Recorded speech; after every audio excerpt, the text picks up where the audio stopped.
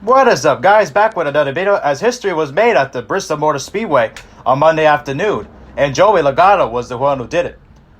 As Logano led the final 61 laps of the Food City Dirt Race, and a race postponed to Monday due to rains in the area in overtime at Bristol Motor Speedway. It was the first dirt race for the Cup Series since 1970, when Richard Petty won at the North Carolina State Fairgrounds in Raleigh, North Carolina. But it won't be that long of a wait before the next dirt race, as Bristol executive and general manager Jerry Caldwell announced during the race that NASCAR will return to dirt in 2022. Logano took the lead from Daniel Suarez on lap 193 of a scheduled 250 and held out to it for the rest of the race through a caution on the second stage break and a late caution that sent the race into overtime. On the final restart of lap 252, Logano pulled away as Denny Hamlin tried and failed to find grip in the outside lane and fell to third behind runner-up Ricky Stenhouse Jr. Logano's margin of victory over Stenhouse was 0.554 seconds. Logano is the 7th consecutive different race winner in 7 races this season.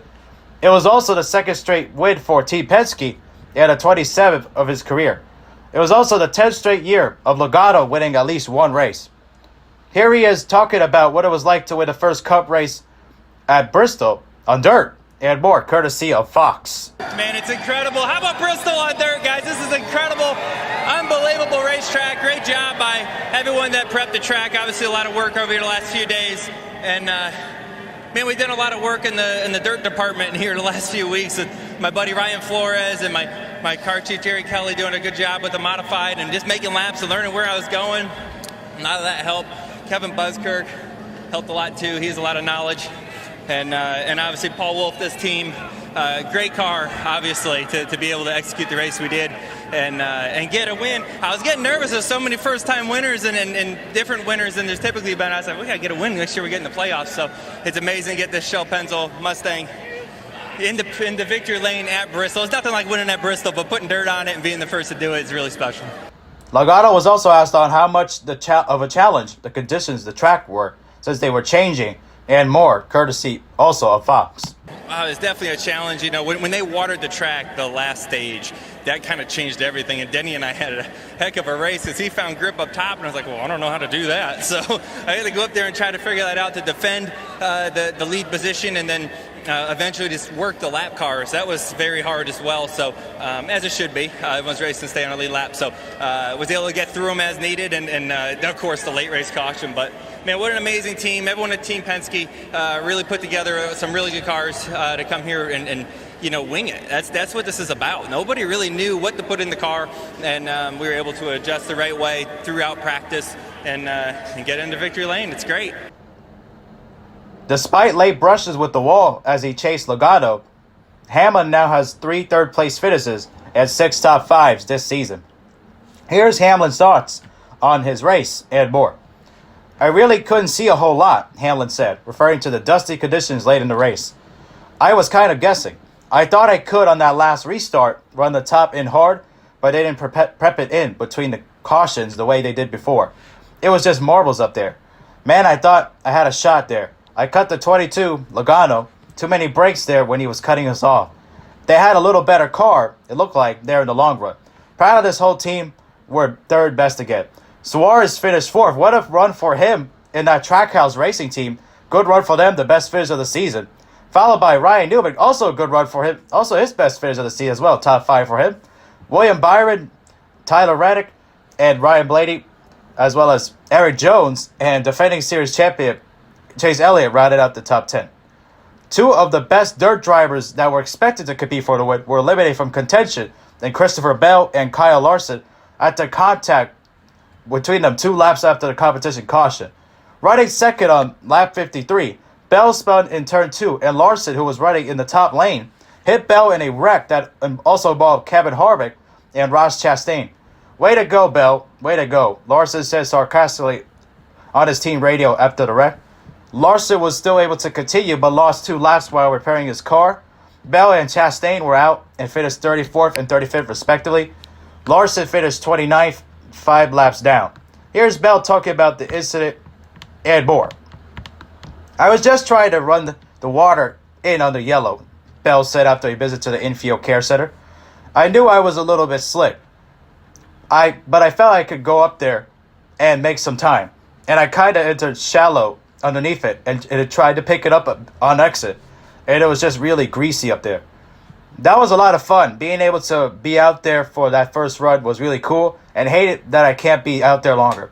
An earlier wreck had given Martin Truex Jr. a scare during his quest to win both the NASCAR Camping World Truck Series and NASCAR Cup Series event in the same day. Truex won the truck race that started at noon. Eric Almirola spun on lap 41 as part of a 5-car incident that unfolded in front of Truex, who was leading at the time. Truex barely missed the crash. Holy crap, that was close, a relieved Truex said on his team radio. But Truex didn't have the same luck later. After winning the first stage and leading a race-high 126 laps, he cut a tire while running third on the final lap of overtime and finished 19th, just like his car number. Other notable finishes included Brad Keselowski finishing 11th, Matt DiBenedetto 13th, Kurt Busch 16th, his brother Kyle 17th, Chase Briscoe 20th, and Bubba Wallace 27th, respectively. It was a very interesting race. I didn't know what to expect seeing Cup cars on dirt, but definitely it was a lot of fun. There was definitely more passing as well. It definitely wasn't the stinker that a lot of people thought it could be. Definitely I understand why expectations were low for this race, because you didn't know what to expect seeing Cup cars on the track. But it was a very fun race to be able to see that. And they definitely maintained the track pretty well. It definitely had the feeling of a dirt track, especially. And also the fact that they used a different kind of tire that NASCAR hadn't used since 1989. Pretty interesting stuff. The kind of tread on the tires were different. Very nice thing as well. And also, another thing, no splitter. That's very interesting as well. I haven't seen a splitter on the Cup car since the Gen 4 era. It is nice to see the no splitter. NASCAR, take some notes. Keep no splitter on the car. No splitter is better. That way guys wouldn't be tearing up their equipment through the grass just by a little slide. So that was nice to see a difference there, but definitely a good race as well. And the fact that they're coming back in 2022 definitely says something about the race as well. So definitely good stuff there. A good race to be able to see. And it was a lot of fun as well, seeing the dirt stuff. And that was nice to be able to see, like, different kind of race. You know, not always the same thing over and over again. And the spring race hadn't been doing much excitement anyway, especially the last couple of years always being affected by rain and postponed. And that was the case here as well. But it was just bad luck because of a big storm.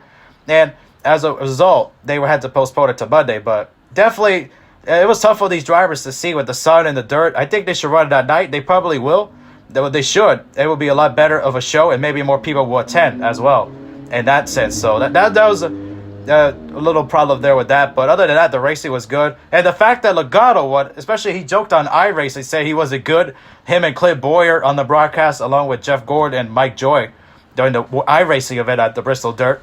And he was joking, saying he was hoping he could make the main. He didn't think he was that good, him and Boyer there. And especially the fact that Logano was said all that, and he won the race. They also made a gag in the booth. I think it was Mike Joy saying that, the guys that do the Fox, like, guest analyst thing for the Xfinity Series and Truck Series that do it end up, like, winning. They got to win the race because Ryan Blaney, he won the race at Atlanta Motor Speedway last week after being in the booth for the truck and Xfinity race.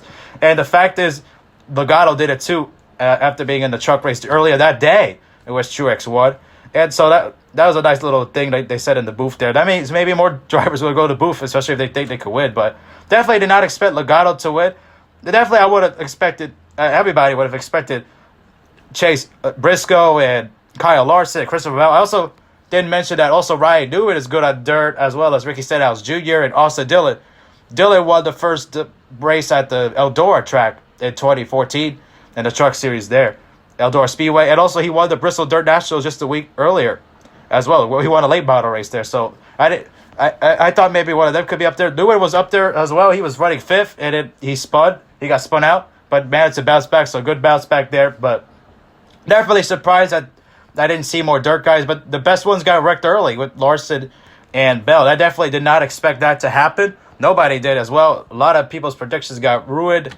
Definitely people in Las Vegas and lost a lot of money betting on those guys. But definitely that was tough out of that end, especially like you would have thought like they would have like smoked the field. But definitely a surprise winner in Logano. But that's how it's been this season. See a lot of different winners, new winners, especially. So this might be the best season ever, as they say on Fox. So definitely a very interesting race, and congratulations to Logano. I know a lot of people don't like that he wins, especially his aggressiveness, how people find him to be too aggressive. But I personally like Logano, especially it definitely he's got a great smile, especially it's kind of hard not to smile when he smiles. So he's not a bad person. He's just kind of like hated for his aggressiveness. I mean, people hated Dale Earnhardt, but he wasn't the best person though until later in his career. Like that, he wasn't the best guy. He was because he was aggressive. That's how he got the nickname Intimidator. But Logano, he's also aggressive, but I guess people really criticize what happened at Atlanta, holding off Larson and helping out his teammate Blaney with that race. But definitely good for him to be able to find a way to win on the dirt in Bristol because that's not easy, and especially there. But Suarez, though, to be able to run up there with that Trackhouse car, impressive as well. Like most of these guys I read up front don't have any dirt experience, so it just shows the talent that they are as a Cup driver, and like that they're professionals. And the fact that this race wasn't a giant mess that a lot of people expected, and the fact that people would notice that made it see like, oh yeah, they needed to race again at that facility of dirt. So I mean, it would be better if they race on a proper dirt track, but this will do for now. I mean, especially because Bristol has a lot of seating, and the tracks like Eldora and Knoxville Speedway don't have the seating capacity for a Cup race, but they do for a truck race. But definitely, I enjoyed this race. It was a lot of fun to just change the scenery, especially to be able to see the Cup cars on dirt, and it's just a sight to see. And definitely, Clint Boyer even said in the booth that they'll learn from the things they did right and definitely the things they did wrong. Yeah, they'll definitely learn from that, especially.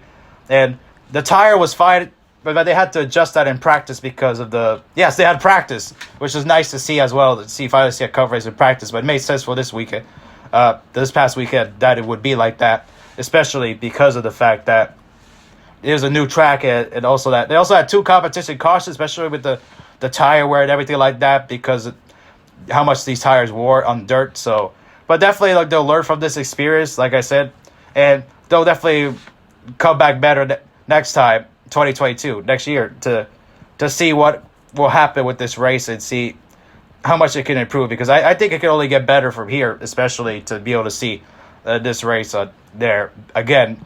And the drivers will be more prepared. More of these guys will end up running more dirt, and then you'll see a much better show the next time they go there. So definitely a good race here, and congratulations again to Logano for winning the first ever Food City dirt race, which is nice to see there. So anyways, hope you guys enjoyed. Don't forget to leave a like, and if you are brand new, subscribe, and we'll see you guys in the next video. Peace.